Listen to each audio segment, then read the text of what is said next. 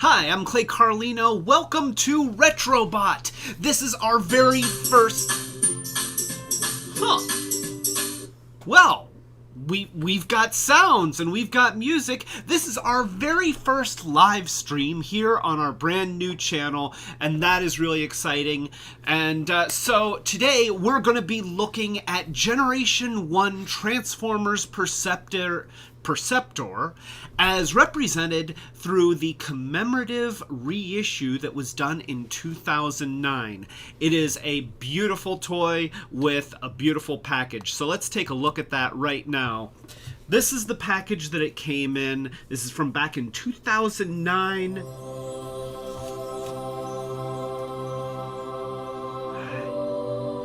Look at that. These boxes are just gorgeous.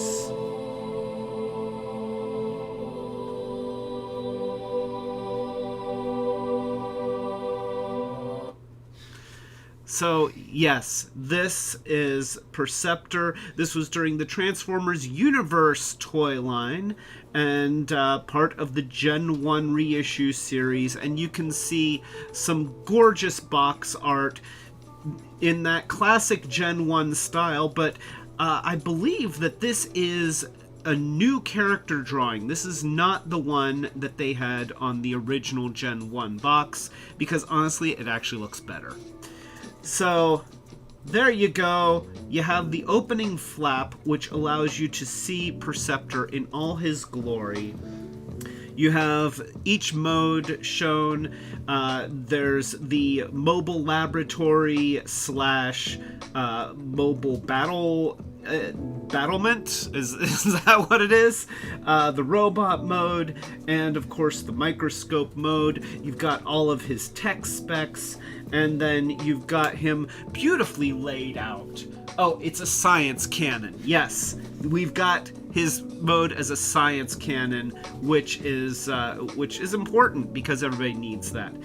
This is one of the things that I love about the commemorative reissues that, you know, they just don't do anymore.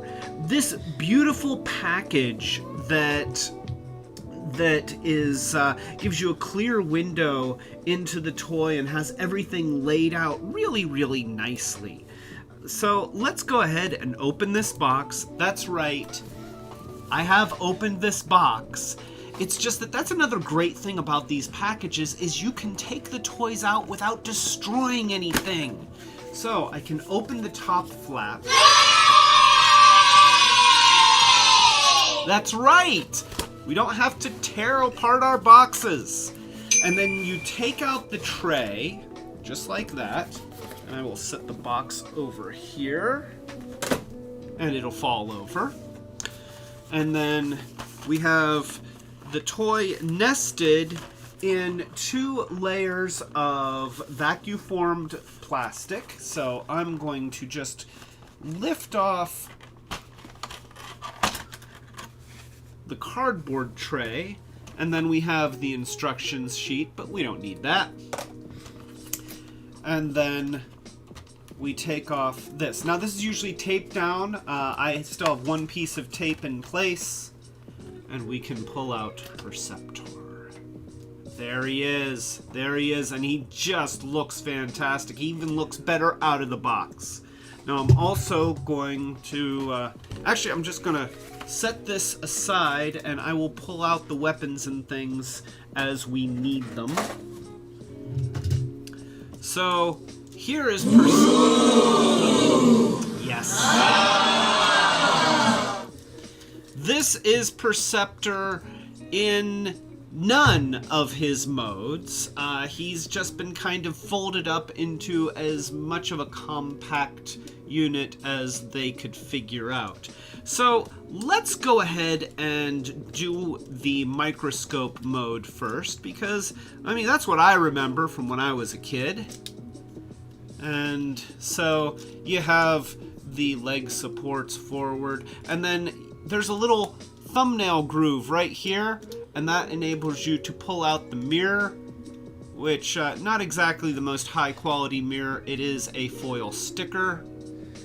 And then you have the little the little tray where you could put a sample of something or a slide, and then you put that down like that. And I'll clear off some space in front of the camera. Boy, I don't have enough space in front of my camera. So let's just go ahead and show that off a little bit. So original Perceptor was originally part of the microchange line, and that was realistic devices that transformed into robots. And you probably would recognize some of the other popular characters from the microchange line. There was, of course, Gen 1 Megatron, and Soundwave was part of the microchange line. Also, Reflector, the camera. And you notice this theme of things that turned into realistic-looking objects. Now, obviously, you look at Perceptor and you think, well, that's not all that realistic. It's red and it's blue. But in Japan, it was black and gray. So it had a much more realistic look. And by the way, this is a working microscope. I believe that the magnification goes up to 14 times, and that's actually pretty cool. So yeah, microscope. But of course, if you don't see the play value in a microscope, you can also transform him this way. You turn the legs around, spinning the leg this way and twisting it this way, and then there's this little extension right here and right here. You get your thumbnail in there and you pull, and that reveals a little wheel. And so they've got these molded in treads here. And so let's go ahead and lift up the body. And now, there we go. And now we're going to take I guess a little Zoid figure, and we're going to set him right in there. And so he's a little bit tiny for that, but you know, you get the general idea. It is now a science cannon.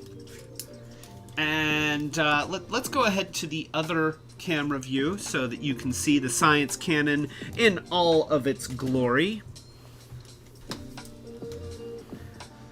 So that is the mobile science cannon. And actually, you know what? I'm kind of digging the science cannon. That is kind of a cool thing. Now, when I was a kid, I used to transform him like this. Yeah, I'd have... Wait, here, let me take out the Zoid. Okay, there we go. So, I would leave the mirror down, and then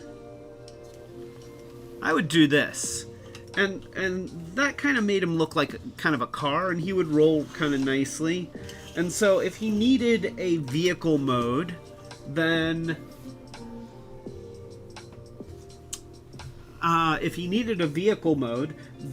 he could you know, roll around like that, and he had the molded in treads.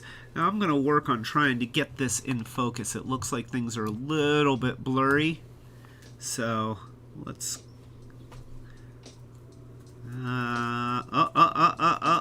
there we go. There we go. So now we have the Young Clay's vehicle mode well and truly shown. And then, of course, back to my... could you see the microscope mode okay? Was that all right? All right, I want to make sure that everybody gets a good view. So, yeah, that's the vehicle mode, and then let's go ahead and show robot mode. As a Gen 1 transformer, he's not that hard to transform. We're going to push in the little extensions with the wheels. We're going to flip up the feet. We're going to pull these down. It kind of reminds me of Soundwave in a way. And there we go. We got 2 robot feet. We're going to pull out the shoulders. And then they've got these little flaps on the shoulders. And those are just going to close down.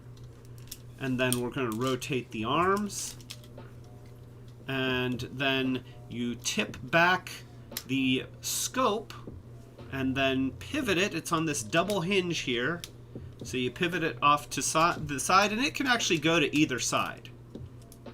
Now, I think it works a little bit better on this side than it does the other side, but you can really do it either way. And then we'll close up the door on the chest. Yeah. And now, this is weird. This is something that I never saw on any other Transformer.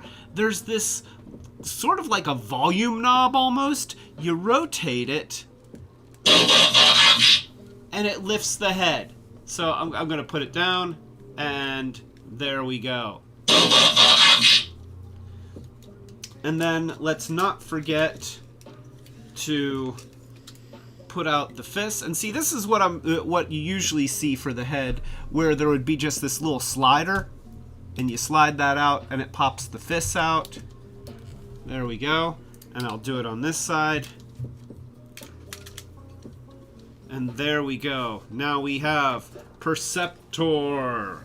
Let's go ahead and put him in front of the other camera, and we'll adjust the view. Look at that. Look at that. Oh my gosh. He is gorgeous. He is gorgeous. The shiny bits are so shiny and pristine. His colors pop. He just looks fantastic. And let's go ahead and give him some weapons. Because as a scientist, he needs to have a gun and a missile launcher.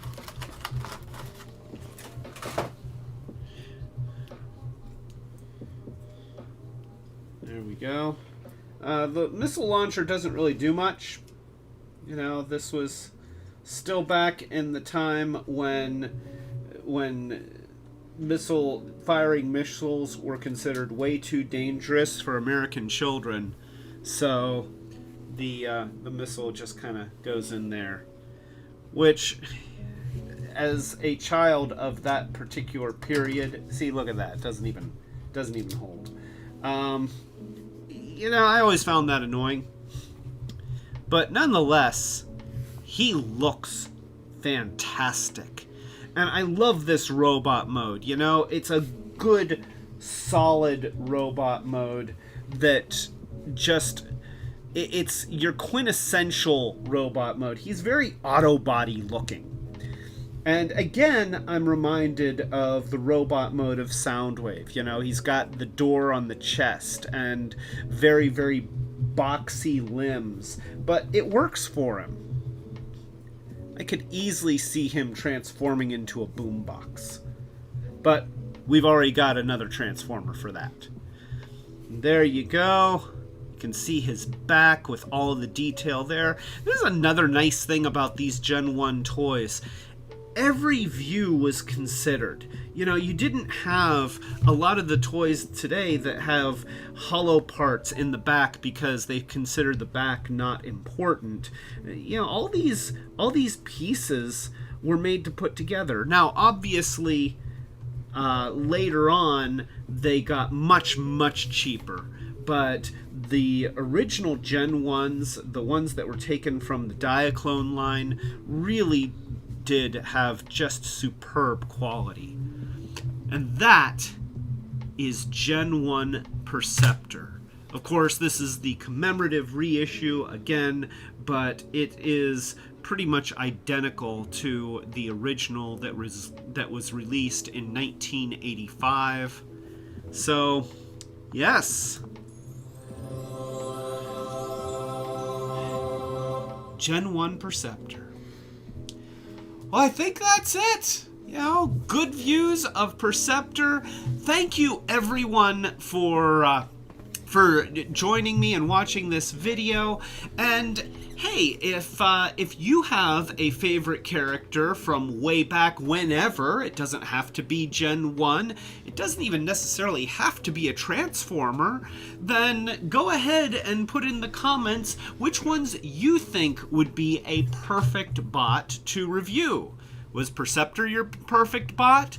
Was someone else? Let us know in the comments. Also, if you like this kind of stuff, please, please, please help the channel grow. Click the subscribe button and click the bell icon, because that will notify you every time that I post new content. And I want you to be here for the new content because you are important to me. So, thank you. Have a wonderful evening, and until next time, stay retro.